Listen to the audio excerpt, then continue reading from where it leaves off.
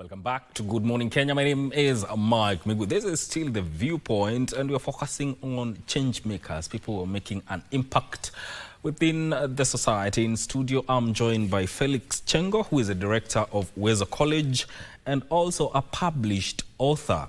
Welcome to the program. Thank you, Mike, for having me. Yes. And today I want us to focus on three things: how fostering education, culture, and youth empowerment, given these are areas that you are big on. And also you are a published author.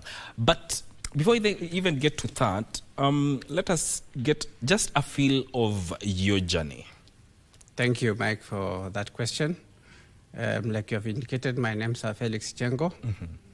I'm a family man, 5 children and a granddaughter. My education, I started way in the villages.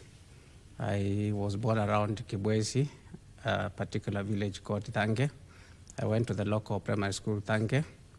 And then from there, after my class 7, those days, I was called to a high school in Embu, Siakago. I couldn't go because of school fees issues. I struggled for 1 year in a day school. And then later on, I heard that there was a seminary, because I'm a Catholic, based in Machakos, which was admitting young people who would like to become priests. So I applied. Unfortunately, they didn't have a Form 1. So after doing 1 year of day secondary school, I went and started Form 1 again. But probably that was the best decision that I ever made, because it gave me an opportunity to have to be in an environment where I had water, I had food, I had lighting, I had every facility of me study. So I did my Form 4 there, and I passed very well and went to Alliance High School for my A levels then. And from Alliance High School, I went to to the University of Nairobi. During my academic days at the secondary school, both at the seminary in Machakos and at Alliance High School, I had lots of fee challenges, and I want to thank God because He sent along Destiny Helpers who helped to foot my fees, and therefore I was able to get through my education. Up to date, I don't know some of the people who paid for my A-level school fees, but through them, and through the grace of God, I was able to go to Alliance High School, complete my studies there, pass well, join Nairobi University, where I took a degree in BCom and finished, and then I pursued accounting. I'm a qualified accountant, CPAK. And then I got my first job with Cooper's Brand. Cooper's Brand is a legacy firm for PwC. They subsequently merged to become one firm, where I worked for 7 years in various positions and countries. Then after that, I left and joined MultiChoice, or what most people would call DSTV. I was their first African finance manager. I headed the finance department in MultiChoice for 12 years. And then thereafter, I interviewed and succeeded to become the first general manager for GoTV. GoTV was a company that MultiChoice group used to migrate the country from analog signals to digital signals. In that time, we were a collaborator with the government, and the KBCU were already 40% shareholder in MultiChoice. We were working with them together with the CA, Communication Authority, to make sure that the country was able to migrate from analog to digital.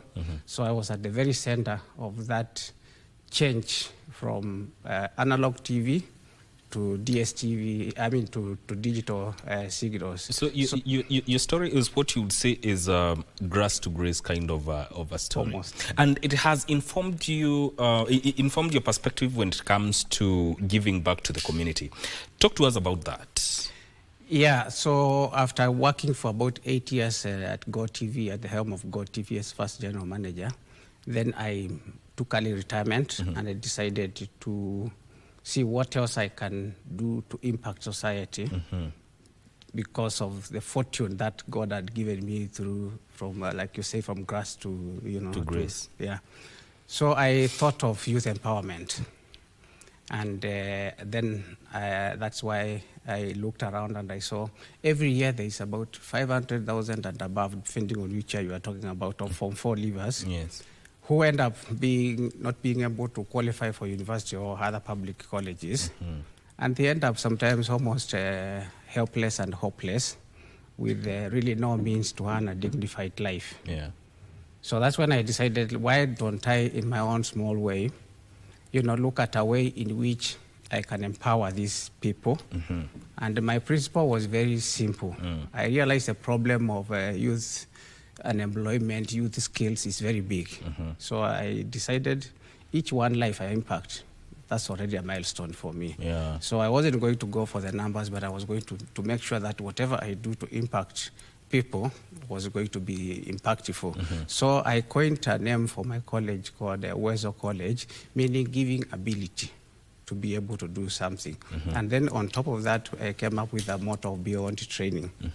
What beyond training is supposed to drive is the fact that, yes, you want to give a skill, you want to give a qualification, but over and above that, you want to produce an all-round person who is whose body, mind, and spirit are properly formed, so that they can be a dependable, individual in society, with a view to unlocking any potentials they might have.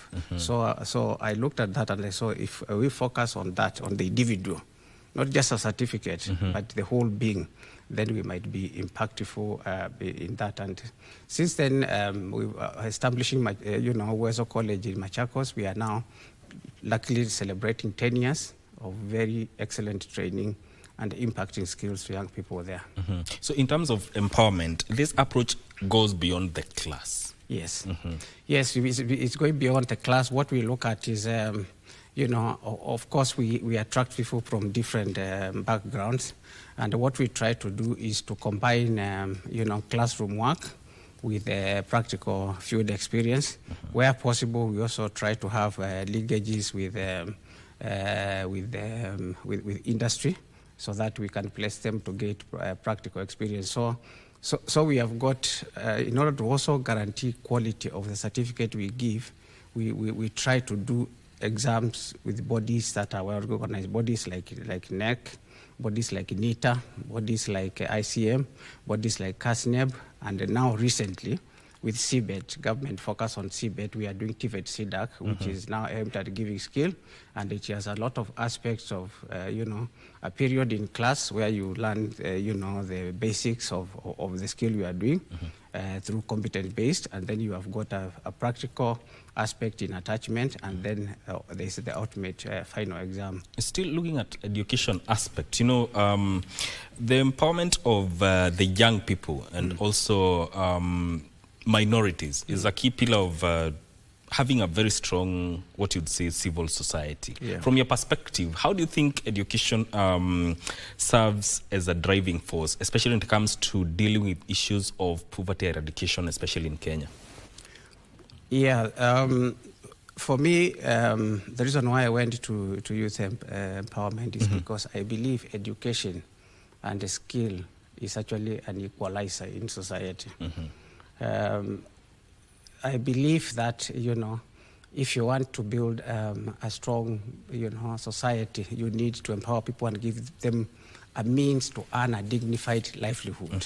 And when I say a dignified livelihood, I mean, if you give a young person, say a young man, a skill in, say, masonry or electrical or plumbing or any other field, that young person is going to be able to have a better future for himself and even to improve the life of the ones that he depends on.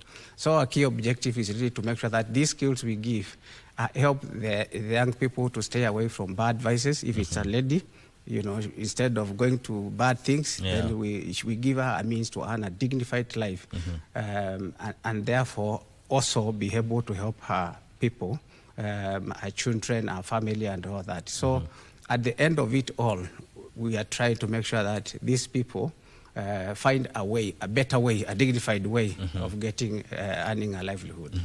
And what we try to emphasize mostly is, you know, at the moment there's a lot of belief in you train so that you get employed.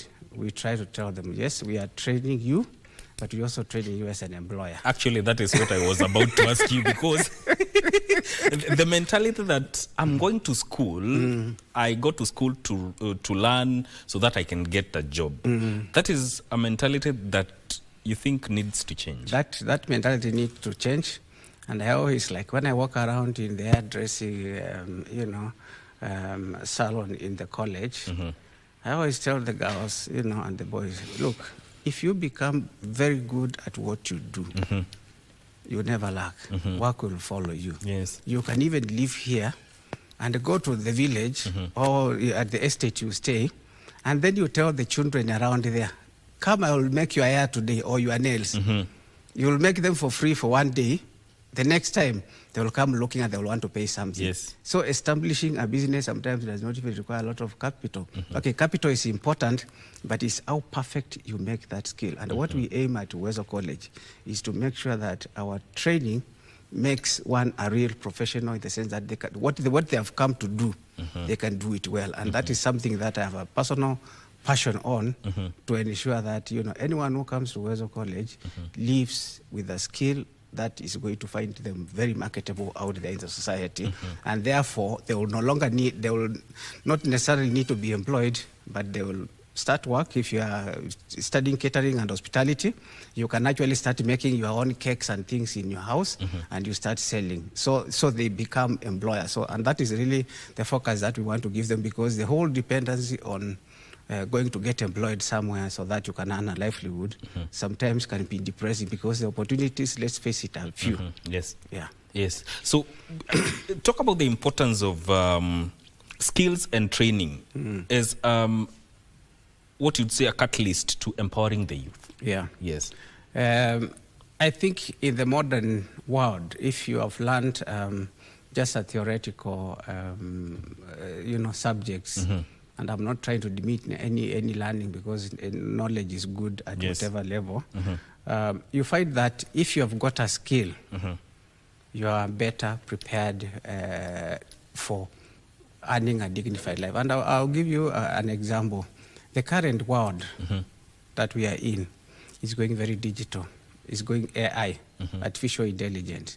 In that field, you find that a lot of maybe the theoretical things, you can ask AI anything, and it will give you. But if you have learned a skill, like for example, if you are in the health sector or in technical sector or in whatever sector you are, there is going to be no way, the physical and the technical aspect of work is going to be eradicated by technological changes or digital changes like AI. Yes. So having a skill will guarantee you to have a better life. But what I keep insisting, you must perfect that skill. Yes. The world abhors mediocrity. If you don't take time to make sure that whatever you are learning, whatever it is, whatever skill, you perfect it, you are not likely to go it far. Yes. So whatever skill you learn, learn it to perfection, perfect it, and run away with it. And run away with it. Yes. Yeah. You're also very big when it comes to, still on matters youth empowerment and giving back to the community, yes. But if for someone who would want to start in his or her small way of giving back to the community, what are the essentials of that? And also, how prepared does one need to be to make a meaningful impact? I would start by the words of the late Professor Wangari Maathai and the hummingbird. Yes. She told this story that this bird saw a forest burning, and with a small beak went, fetch some water, and he poured it. And all the animals were laughing at it, saying, what impact will one drop of water have on this fire? I said, at least I'm doing something. The problem of, poverty is real in Kenya. So one of the things that was a big shock for me when I started Uwezo College in Machakos, now celebrating 10 years, was that I found a lot of youth wanted to get a skill, but they were unable because of school fees. The dropout rate is very high. So then I came up with this foundation called Uwezo Foundation. Uwezo Foundation, what it does is to mobilize from any well-wisher, somebody who wants to make a small impact by gifting a young person a fishing rod. I say gifting a fishing rod because if you give somebody a fish or a bread, they'll eat for the day. Yes. But if you give them a skill, then they will eat that for life. So I started Uwezo Foundation so that if we get a little money from Uwezo College, we can support 1 or 2 students. Like I said, we are not big on big numbers. Yes. We believe in changing life one at a time. So if we impact one, we impact 2. If somebody else comes sees our point of view and comes and sponsors one child or another, that is a life transformed. And therefore, one does not need to have a lot of money to start these things. You just need to have the will and to understand the only true meaning of happiness. You find it when you have made someone else happy, when you've given somebody a hope, because there's a lot of hopelessness. So if you, if in whatever small way you gift somebody a skill that will help them for the rest of their life, you have given that person hope, a reason to live. Yes. Yes. So it's a person-centric kind of an approach. It's a person-centric kind of approach. Yes. Indeed. Now, in today's world, youths have different organizations that they are in, and some of them are youth-led. So my question here is, how can they be better supported to ensure that they can participate meaningfully and contribute to the economic sustainability of the country? There are many ways in which the youth can be organized so that they are able to to contribute to society. Of course, one of the ways is through the cooperatives. In this country, the cooperatives have been a very big thing, in terms of mobilizing resources, in terms of people being able to guarantee one another for a trade. So already that is happening very well, even at the lowest level. I mean, even at all levels, like you find in borders have cooperatives, matatus have cooperatives, and all those are, they are youth. Others are Juakali artisans. Young people can come together, and through a group, they can easily access capital that will be able to help them develop, their industries. So the key thing is, first of all, yes, you can work as an individual, but if it is possible, get into a group, because there are many organizations, including government organizations, who are willing to fund, young people. If, for example, and they can organize them according to maybe their area of skill. For example, you can come together and start maybe an IT hub, innovation hub, where you are trying to come up with software programs and things like that. You can come up with, an industrial activity where you are trying to produce something in an innovative way. And that way, once you have the idea and it looks sellable and it's attractive and it looks serious, funders will look for you. There is money there, but real serious people who are committed to doing things well and who have integrity sometimes are lacking. Some of the youth today, one of the biggest challenges is that they need to demonstrate that when they get this money, they are going to put it into proper use and not just spend it on entertainment. So that sense of seriousness in youth, sense of wanting to advance themselves, sense of not instant gratification, but wanting to look at things that will guarantee a better tomorrow. I think that is one of the core things that youth needs to embrace in order to be able to attract capital and also to have a better life tomorrow. There's also the aspect of commitment and persistence in these things, which I think are very important. Yes, personally, I will tell you that through my own journey and my own experience, that I have found that success is not a straight line.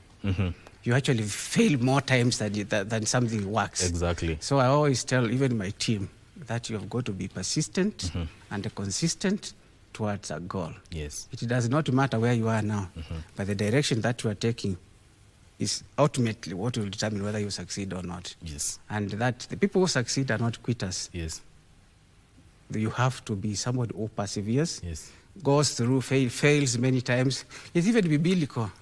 when Jesus was going to be crucified on the cross, he fell three times. Fell 3 times, and he woke up, and he continued, and he gave us salvation. Indeed. He did. So failures are part of the journey to succeed. Yes. But that consistency, persistency towards a goal is very important. But I always had a few other things to what I call a recipe to success. And these are, you've got first of all to work hard, because ukiona vyalia vyaundo, you've got to be determined to work hard.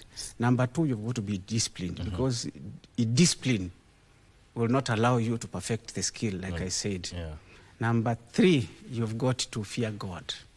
At the end of the day, we were created by God to make an impact, to serve Him, and here on earth, and at the end, it helps to give you a moral compass, a moral direction. Yes. Because some of the attractions out here will actually be your fall. Indeed. So if you have faith in God, you are likely to go somewhere. And then finally, you must have a goal.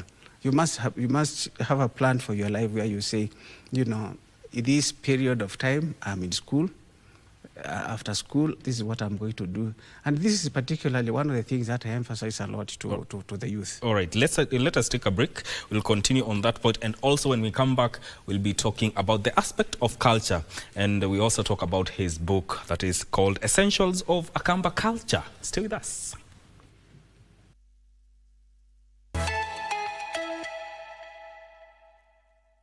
Welcome back to Good Morning Kenya. This is all about change makers, fostering education, culture, and youth empowerment. And speaking of culture, Mr. Felix Chengo is a published author, and he has authored a book titled The Essentials of Akamba Culture. This is the book, Essentials of Akamba Culture. First of all, I want to get from you, what inspired this? Thank you, Mike, for that question. What inspired that book is actually a personal issue or personal matter. Like I said at the beginning, I am married and I have 5 children. Yeah. My wife happens not to come from my community. She's at Aveta. My children have grown up in Nairobi because, as I've explained through my career, I was always working in Nairobi. Yeah. So I had very little background or time for the rural areas. So as I was trying to give the very best to my children, I took my children to some of the best schools. Yes. They've turned out very well. I thank God for that. I introduced them to sound Christianity values. They're still following. I thank God for that. But then I looked at the children and I realized they do not even know the basics of Akamba culture, of who they are. Wow. And that kind of made me feel very guilty. So this book was born out of a guilty conscience, a guilty feeling of a situation in which I felt I could do little or nothing. Yeah. But then I said, instead of sitting there and feeling sorry for myself, let me think of what I can put down so that I gift this book to my children, first and foremost. So I looked at what would I have wanted my children to learn. So that book consists from very elementary aspects of culture like language, greetings, clans, all those kind of things, to very complex matters of even life after death, religion and all that, and what are the death rituals, and even things like witchcraft and all. It covers a wide range of things. So I looked at what is it that I would want my children to know about our culture. So I put it down in writing. Of course, it took me quite a while because all of this is not imagination. Yeah. It's work of research and talking to a lot of people and reading. So it took us almost 4 years to produce this book. The research process. The research process and talking to the various people, interviewing all the people and collecting the data and all that. So we launched the book in June this year at Uwezo College, because we normally have at Uwezo College a cultural week. Yes. Because I try to emphasize that, mwacha mila ni mtumwa. Yeah. Okay, if you embrace so much westernization, then you lose some of your key values. So in the Uwezo College, we normally have a cultural week around June, and during that week is when I launched this book. So, and then I brought my children. I gifted them the book there in front of the cameras and everything, to say, here is your heritage, here is your reference point. If you want to learn it, the Kikamba language, look elsewhere. But this is purely on cultural value. So it's the most, those who have looked at it have said it's the most wide coverage book in terms of topics. Because it starts from the origin of Akamba, where do we come from? It goes to the language, it goes to the foods we eat, it goes to our entertainment, it goes to the attire we wear, it goes to dowry, it goes to witchcraft, it goes to life after death, it goes to almost every aspect you can think of the Akamba culture. So it's like a one-stop shop, not in too much detail, because I didn't also want to box them with too much detail, but sufficient to give them an idea of how our society was organized, what were our values and organization. And in particular, values and the religion part of the book makes me feel that is where the rain began to beat us as a society. So although the book is dedicated to my children, I realize there are many other people who, for whatever reason, might find themselves in the same situation of, they've grown up in cosmopolitan areas. They've not had a chance to learn about who they are as a people. So this book would be useful for, for that purpose. Yes. And not necessarily Wakambas. Like sometimes I meet a lot of people who tell me, oh, we are going to Udhoni in Ukambani. What is the dowry? What are the practices? If you really want to find out things like that, we have taken enough time to make sure that we have detailed the processes and everything that happens. Especially the cooking part. Especially where you cook, you cook for the family, for your in-laws. Yes. The 3 goats that you have to bring, all those things, the one that you have to slaughter. Some people find it very strange that I'm coming to marry your daughter, but I'm the one who is coming to cook. To cook, yes, but yes. Now they fail to understand this is the way of the Akamba people. Yes, of course, yes. And that's what defines us. That's culture. Culture is what defines our people. Yes. That's who we are. Yes. And if that is our culture, then tuheshimiane kwa hiyo. Yes. Yeah. Now, when you look at Kenya, Kenya is a very diverse country in terms of culture. But then again, how does that diversity, our cultural heritage and diversity, how can it be used to inspire and empower the young people? I mean, that is already happening, particularly now with the CBC, for mode of education. You find that the current CBC has different pathways, and one of the pathways is actually towards those kind of acting, because culture includes things like performing arts. Yes. It includes music. It includes, food. It includes many sports and all those kind of things. So in the modern day Kenya, with the current CBC education, you find that there is already a development in the right direction of not necessarily a specific, community culture, but generally to use the various aspects of art and what have you, some which are cultural, like if you look at that, the cover of the book, yes. Those are Akambas dancing. Yeah. So is this what is called Kelume? What is that is Kelume. That is typically Kelume. but Kelume tended to be for the older women who would dress in black, yes. And usually the drum they were using was a bigger drum, so the drummer sat on it. So is it the drum that is called Kelume, or it's the dance? It's the dance. It's a dance. I used to think Kelume is the drum. The drum can be called variously, like Mukanda or Kedembe or something like that. So they'll put it next to a fire to warm it, to warm it so that it sounds very, very, very loud and whatever. So that is Kelume. So culture can be a way in which youth can earn a livelihood, and like I've said, is mainly around performing arts, foods, dressing. If there are many people who are making a livelihood of making fashionable cultural dresses. You hear there's a shop in somewhere in Surrey, and I'm not marketing for them, but it's called Something African. Yes. So you go to functions and you want something African. So through cultural drawing, cultural practices. Like for example, Akambas are known for very bright colors. Yes. So you can decide. Yeah. I've covered that in the book, Yes. some of the colors that are preferred. Yeah. So you can use culture, some of those kind of things, inclinations, to come up with something that can give you a livelihood. So you can start, like even in the college, we have a department for fashion and design, Yes. where we're trying to encourage them to be making clothes for, for cultural events and things like that. Yes. So there's a lot that can be, and that one can do to earn a livelihood out of culture. There's someone up there, one of our directors there, wako pale juu anauliza, what is the difference between Muthokoi and Isio? Just tell him to go and buy the book, you'll see. Yeah. Anyway, that was on a light note. Yes. Muthokoi is normally the mains that is taken, and then you see traditional peso, a big thing, and and a stick. The women would pound it, and it used to be a very nice entertainment. So because they would be pounding one after the other, one pounds down, another one pounds up, like that, until the shell of the mains comes off.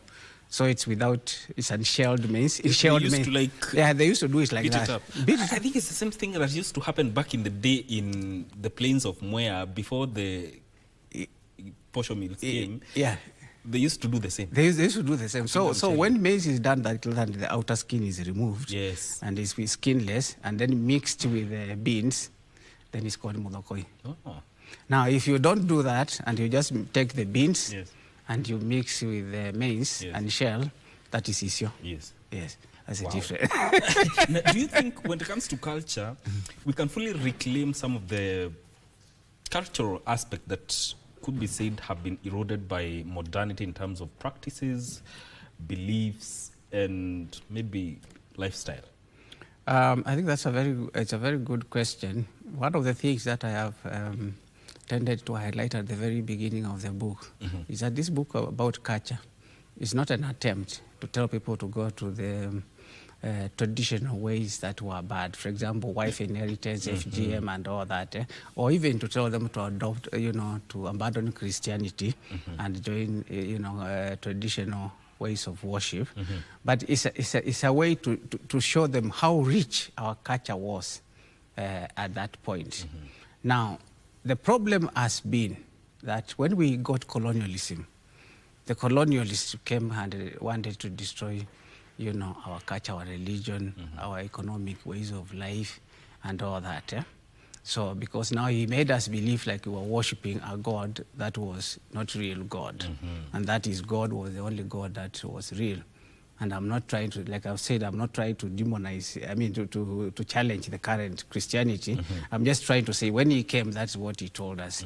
But during my research, I found that, like the Akambas, we truly worship one God, Mulungu, Ngai. Yes. So one of the things that we can do is, for example, not to think that anything that was done traditionally was bad. There were elements that were bad, but there is a lot of good things that were happening traditionally. And one of the values that I believe we lost, and if there's a way in which we can reclaim, would be important, is the social family life, Yes. and the social fiber in which our communities used to develop.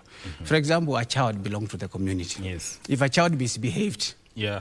alikuwa punished by anyone in the society. It took a village. It took a village to raise a child. Yeah. That would be something nice if we can have it today. If we cannot accept that these children are turning delinquent, they are turning delinquent because we actually abandoned some of our values. Family systems, if there was a dispute in the family, there was a way in which disputes were resolved, even between a husband and a wife. There was, first of all, the family, the head of the family, there were the elders, there was the clan, and then there was, the bigger, elders who were also from more diverse areas. Those people helped to keep a very tight discipline. Yes. That discipline today is probably part of what, is causing a lot of ills. For example, divorce rates in traditional days were almost zero. Okay? Today, if you are married, mkikosana once, enda zako niende zangu. But now if it was in the traditional days, you know, the wazees would stay together and they would discuss and all that. And there was even in Akamba culture, there was even a situation where a woman, if she felt offended by the husband, for whatever reason, she actually went back to her home. We used to call it Uwendo. Yeah. Anaenda huko na kusudi somebody comes for her. Then when they come to her, they resolve. So those are some of the very good cultural values that we had, which were lost and which I would wish they would come back. Even the respect of elders, yes. the integrity. You could not go out there and steal somebody's property. In fact, like us, Akamba, we were very big on Kidhitu. You take my thing, I get Kidhitu on you, you die together with all. Let's close with this. Culture, education, youth empowerment. How can they now be used to come up with a more resilient community in less than 30 seconds? In less than 30 seconds, I think they are all intertwined. They all make a society of who we are. Yeah. So ignoring one makes us lose out on a lot of the other aspects. So like I said, if you leave culture, utakuwa mtumwa. So culture is important, yes. Those aspects. Number two, if you don't get educated, then you also have no role in modern world. If you don't get a skill, and particularly if you didn't go very far with education, yes. Then you also are likely to be bound to poverty. And therefore, embracing all of them means that one can actually have a successful life. Indeed. Yeah. Thank you so much for making time to come and talk about this. Asante sana. Thank you for having me. Karibu sana. That is Felix Chengo, who is the director of Uwezo College, and also a published author of Essentials of Akamba Culture. This is where this conversation ends. My name is Mike Migu. Thank you for tuning in. Vivian Ndegwa is up next with Women at the Forefront. Stay with us.